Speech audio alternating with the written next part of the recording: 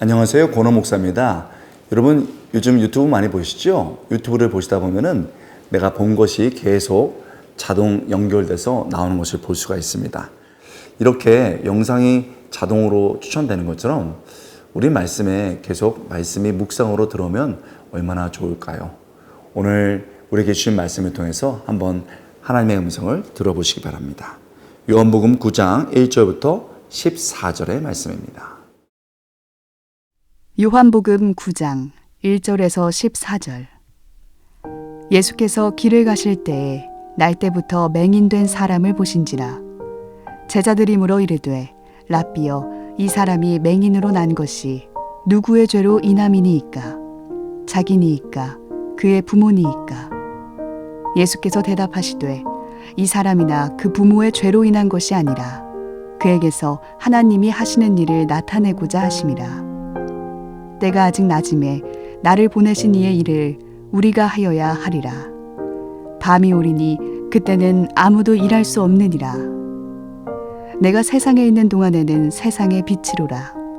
이 말씀을 하시고 땅에 침을 뱉어 진흙을 이겨 그의 눈에 바르시고 이르시되 실로암 못에 가서 씻으라 하시니, 실로암은 번역하면 보냄을 받았다는 뜻이라.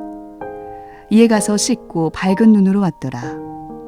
이웃 사람들과 전에 그가 거린인 것을 보았던 사람들이 이르되 이는 앉아서 구걸하던 자가 아니냐.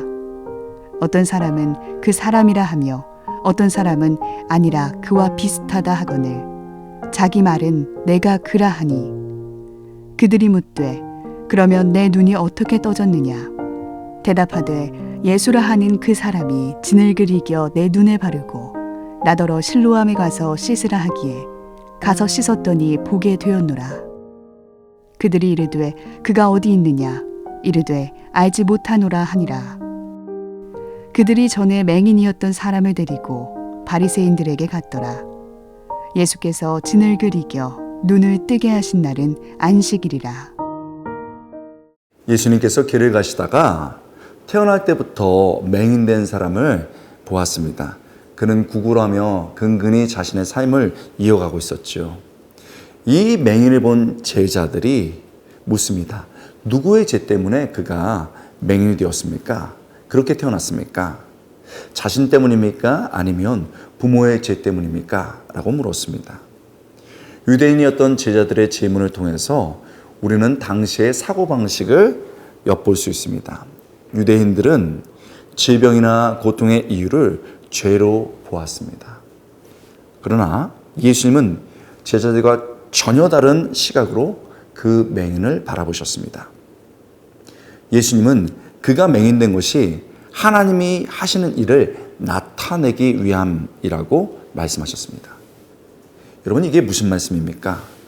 인류의 죄, 온 우주가 타락하고 불완전한 세상에서 그가 비록 맹인으로 태어났지만 그를 통해서도 하나님의 일을 나타낼 수 있다는 뜻입니다.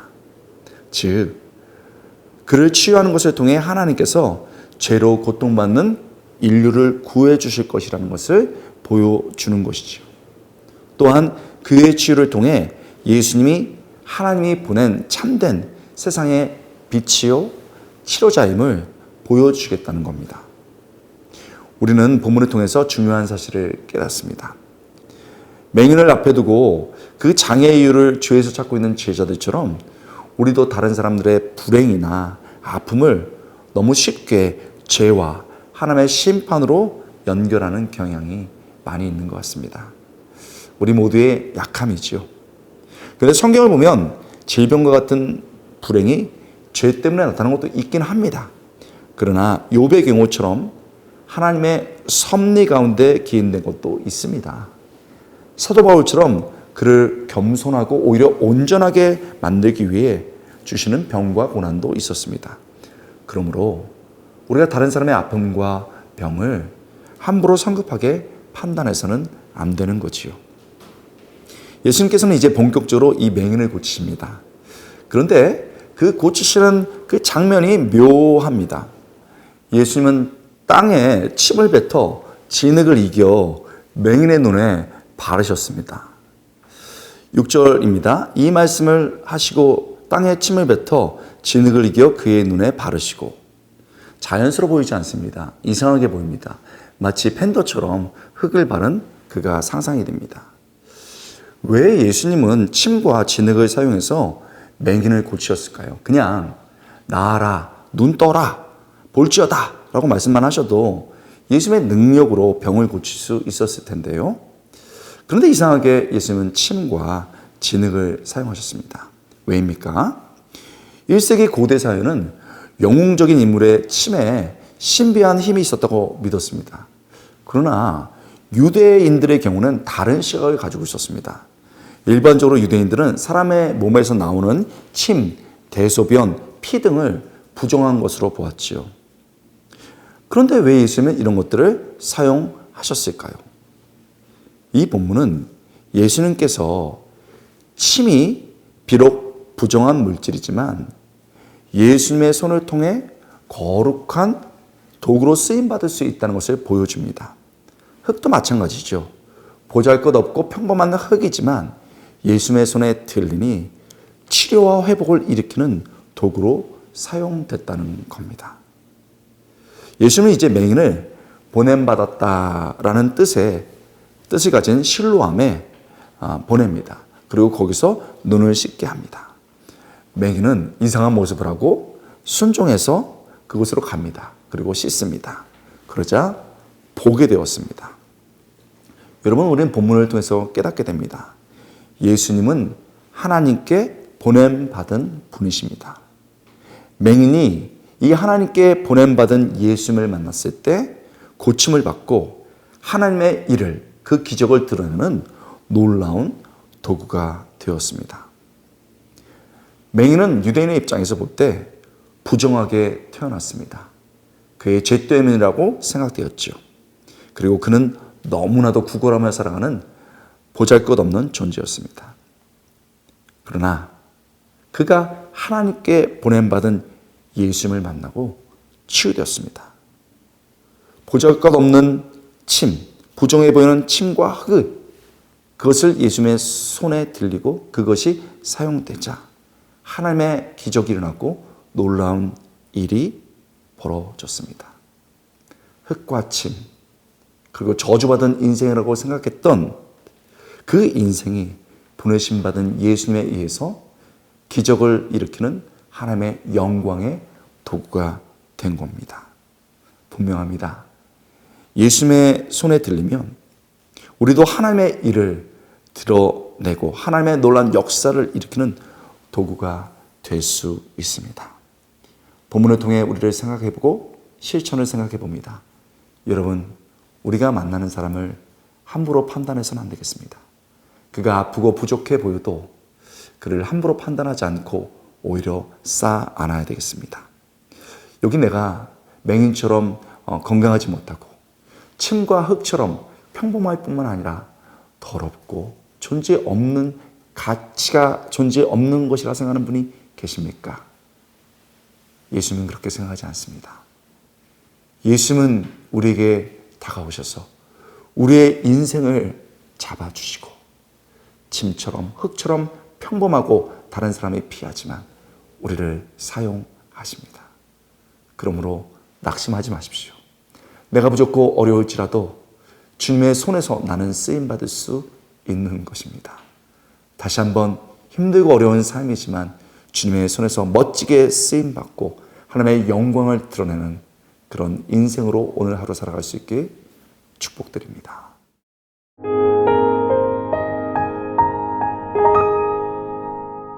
오늘 만나는 큐트는 여러분의 기도 제목을 듣고 함께 기도하는 귀한 시간입니다. 고민이 있으시면 아래 메일이나 홈페이지 게시판에 보내주세요. 그러면 저희가 그것을 마음으로 담아서 함께 뜨겁게 기도하는 시간을 가지려 합니다. 오늘의 기도 제목입니다. 자기 이야기만 하는 집사님.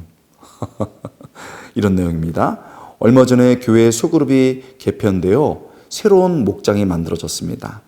목장 식구들끼리 대부분 잘 어울리는 것 같았는데 집사님 한 분이 제 눈에 거슬리기 시작했어요. 자기 얘기만 하고 상대방의 말을 듣지 않아서 다들 불편하게 느낍니다. 다 같이 기도 제목을 나누는 시간에도 혼자만 너무 길게 말씀하셔서 다른 분들의 기도 제목을 제대로 듣지도 못하고 모임을 끝날 때도 있습니다. 목장 리더로서 너무 고민이 되어요. 어떻게 하면 좋을까요? 여러분, 우리가 맨날 교회에서 보는 풍경이기도 하고 하는 고민이기도 합니다. 한 분이 너무 주도적으로 말씀을 많이 하시고 계속 자기를 나누시는군요. 여러분, 사람에겐 밥량이 있습니다. 밥량. 얼마나 밥을 먹는지는 그 사람에 따라서 좀 다릅니다. 어떤 사람은, 저는 조금만 먹거든요. 어떤 사람은 2그릇, 3그릇을 먹습니다. 여기도 그런 분 계시죠? 그것과 같습니다. 말량이 있습니다. 어떤 사람은요, 조금만 얘기해도 되는데 어떤 사람은 길게 얘기해야 되는 경우가 있습니다. 그럴 때 2가지 방법이 있죠. 첫 번째는 컷하는 겁니다. 또 한 번은 받아주는 겁니다. 조금 힘들고 어려운 시간이지만 우리 리더께서 또 부리더께서 좀 받아주셨으면 좋겠어요. 그분이 과연 어떤 이유에서 그렇게 하는지를 받아주셨으면 좋겠고, 그렇게 받아줘서 좀 따끈따끈 말랑말랑 해주시면 개인적으로 살짝 다른 분들도 어렵고 힘들어서 다른 분들의 얘기도 들어주시고 그렇게 하셨으면 어떻게 할까요? 하고 뒤에서 살짝 얘기해 주는 것도 좋은 것 같습니다.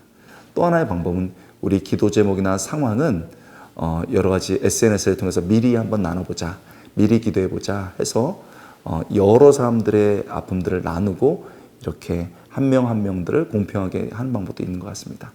그러나 그럼에도 불구하고 좀 들어줄 수 있는 것, 견딜 수 있는 것은 굉장히 중요한 힘 같습니다. 그런 따뜻한 마음 가지고 고민하기 때문에 그분도 깨달을 수 있을 것 같습니다. 성도 여러분, 애청자 여러분, 우리 함께 기도할까요?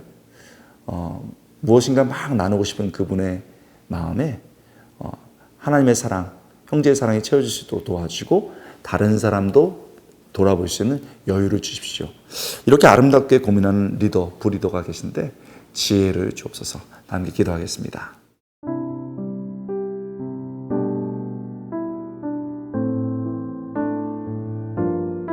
하나님, 마음에 찬 것이 너무 많아서, 상처가 많아서 말하고 싶어서 말을 막 쏟아내는 사람을 우리는 늘 만나게 됩니다. 불편하고 하나님 같이 있고 싶지 않습니다. 그러나 들어주고 함께 할 수 있는 사랑과 용기를 주시길 원합니다. 넉넉한 마음을 주시기 원합니다.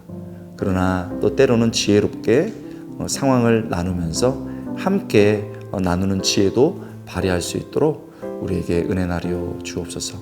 주님이 늘 우리가 불평하고 이야기할 때 들어주신 분입니다. 우리도 그런 여유를 갖게 하시고 또 주님의 방법으로 모든 사람이 마음이 통하는 그 경험도 있게 하여 주옵소서. 감사드리고 예수님의 이름으로 간절히 기도드리옵나이다. 아멘.